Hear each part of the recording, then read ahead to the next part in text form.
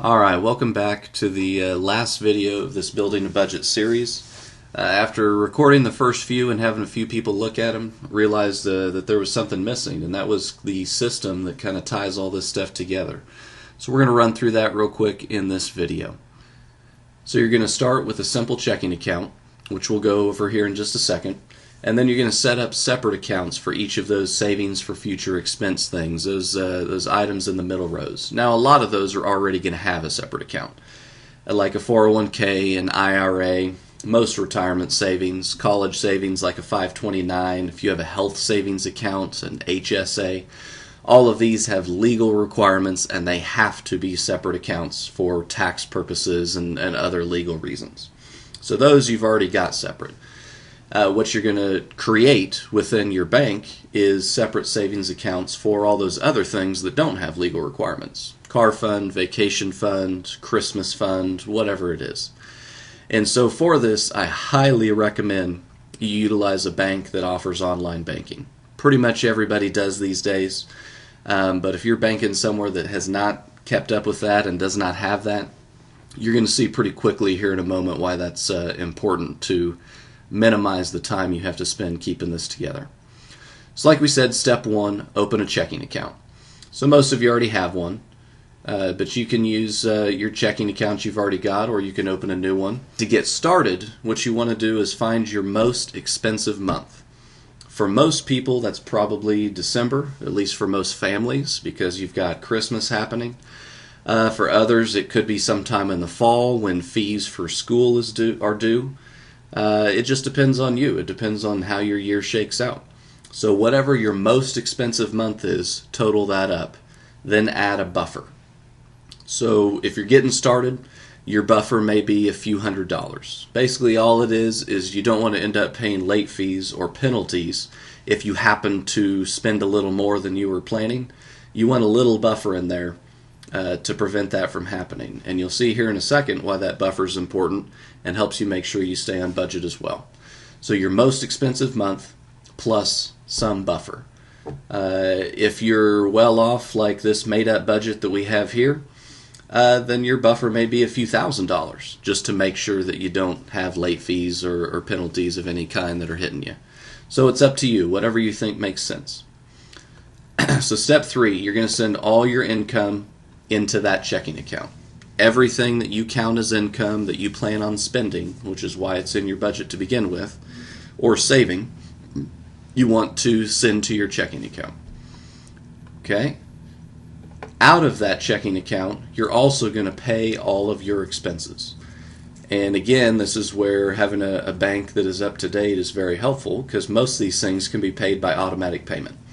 Of all the things in our budget, I think there's one monthly bill that we still have to write a check for, and even that I think they just got online with automatic payments.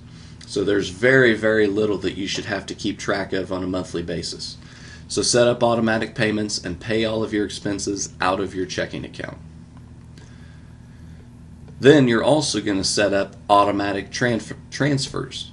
Again, this is why having a bank that's up to date is very helpful. So every month, or however often you have planned, so here we have monthly for the car fund and the healthcare fund. Looks like everything in this one's pretty much monthly.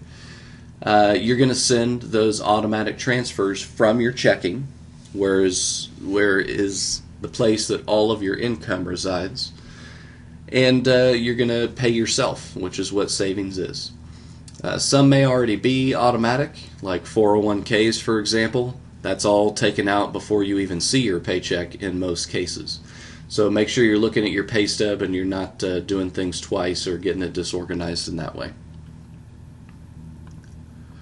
So what you end up with is your checking account is really the intermediary. There's money coming in from your income.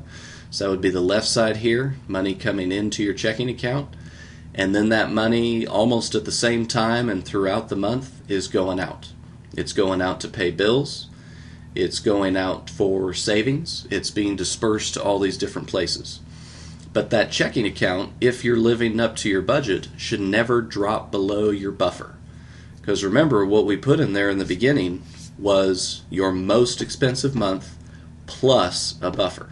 So even in your most expensive month, your checking account should never fall below that buffer. And that makes it really simple to track. Because if you're somewhat disciplined with your spending, all you really have to do is keep track of that checking account.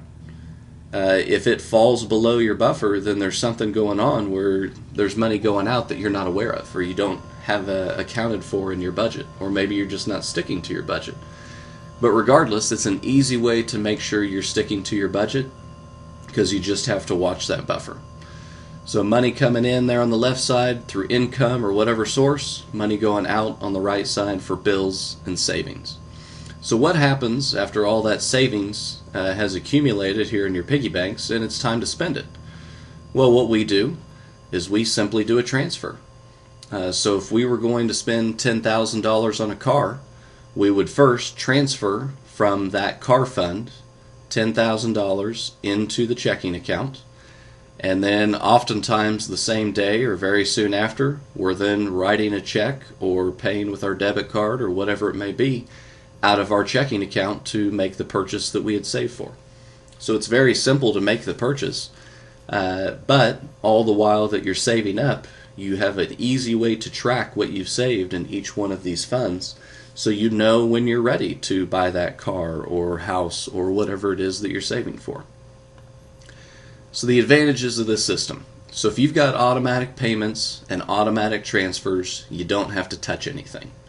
If you have budgeted $400 a month to go to your car fund, it goes there the first of every month or whatever day you choose to do it, and you don't have to touch it. You don't have to remember to do it. You don't have to make the painful decision every month of, boy, wouldn't it be nice if I spent $400 on this, whatever this is to you.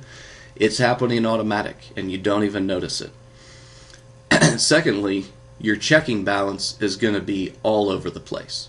Certain times of the month, you're going to feel really rich because you've got your income in there, but you haven't paid all your bills. And then sometimes of your month, depending on the month, you're going to be down right next to your buffer. And of course, if your buffer is disappearing, then you've got a problem because something isn't being followed in your budget. Now, one other point I want to make is remember to set up a general savings fund. This is a fund for your surplus. Whatever you have left over, put it somewhere. Don't leave it in your checking account, because money that stays in your checking account tends to get spent. When you see that your buffer your checking account keeps getting higher and higher and higher, and 6 months, 12 months, 18 months down the road, you realize that you've got a lot of extra money in there. It's easy to just spend it, and honestly you don't even remember what you spend it on half the time. So this item right here, this 471, I'd take 400 or 450 or whatever you feel comfortable with and set it up in a general savings so that that money is going elsewhere and doesn't get lost. So the next question to ask yourself is, what if you need better control? Well, most of your expenses don't fluctuate. They pretty much stay the same. Your rent is the same every month. Maybe it changes annually or whenever your contract is up, but it very rarely changes. Same thing goes with most of your bills. As long as it's accurately placed on your budget, then there's not really much more you can do. Keep an eye on it to make sure something drastic doesn't happen or your landlord doesn't try to slip a little extra in on your rent payment. But besides that, there's not a lot you can do. But there are a lot of other things that can fluctuate, and they are mostly out of your control. Take utilities, for example. Your electric bill, depending on how your home or apartment is heated and cooled, can be really high in the summer and pretty low in the spring and the fall, because you're spending all that money to cool your place in the summer, and you don't really have to as much in the spring and the fall. So that's something you've got to keep your eye on because it's always moving. Or talk to a utility company about setting up level payments. That's what we do in my family, just so that it's easy to budget and we always know what's going to cost. They still do a rebalancing from time to time, so it can go up and down. I think once a year they look at it. But as far as throughout the year, we don't have to worry about it. We know exactly what our utility bills are going to be. Same thing with gas for your car. You may have a month where all you're doing is going to and from work. You may have a month where you go on a few trips and a few weekend things, and you end up spending a lot more on gas than what you had planned. So you just got to keep an eye on them. Or you can track them, which we'll take a look at here in a second. So for these items that fluctuate, it's important just to keep an eye, review every few months, and adjust accordingly if you need to. The rest of these items can get out of control really easy. If you are highly disciplined, then you can do the plan of just look at it every few months and make sure you're on track. Otherwise, you can use some of the sheets that are attached in the other tabs of the spreadsheet to keep a little bit better control. So for example, in my household, we have a weekly sheet that we use for our grocery budget. That's really the only budget item on our entire budget that tends to get out of control if we don't keep track of it. And so we just have a simple sheet like this. When I go to the grocery store and I do our weekly grocery haul, I simply put it on the chart, and it's that simple. At the end of each week, we total it up, and we see over here in the delta column how much extra or how much surplus or how much deficit, I guess, we have in our grocery budget. If we're running a surplus, then we may decide to go out to eat, or we may decide to get something special. If we're running a deficit, then we look in the freezer and we try to see what we can do for our meals that week that will get us back on track. It may seem like that's a lot of work and that it's really painful. At least for us, the reality is we like to know we're on budget. We like the comfort of knowing that we've got it under control more than we like the idea of being able to spend whatever we feel like. We like to keep it together so that we know our finances are in order. So for us, it's a relief. And most of the time we have a surplus just because we don't want to be in that deficit territory. Another sheet you can use for stuff that maybe isn't quite so, that the stringent weekly policy isn't quite so important, is just a quarterly sheet. So if I have to go to the hardware store and buy something to fix the house, or a gallon of paint to paint a room, or whatever it is, I just simply put it in the home maintenance tab.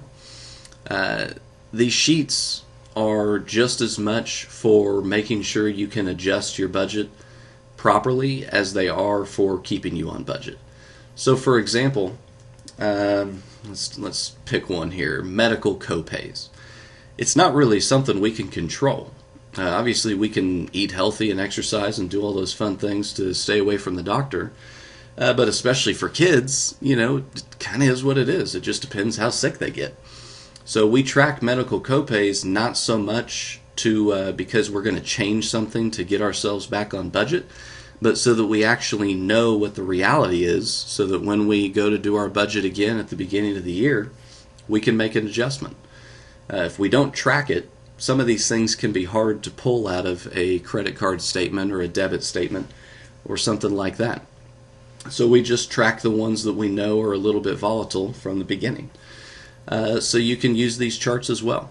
So these are very simple ways if you need a little bit more control than just what the basic checking system offers. But I'll just leave you with this slide.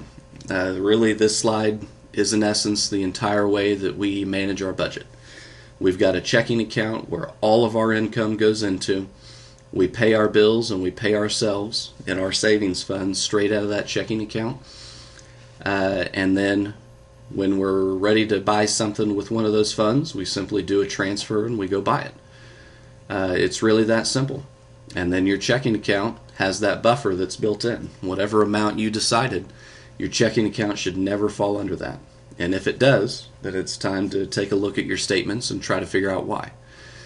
Try to figure out why, and then come right back to your budget and put those adjustments in so that you see what's going on in reality. So that's kind of the system my family uses. I hope this thing has all been helpful, and wish you the best of luck.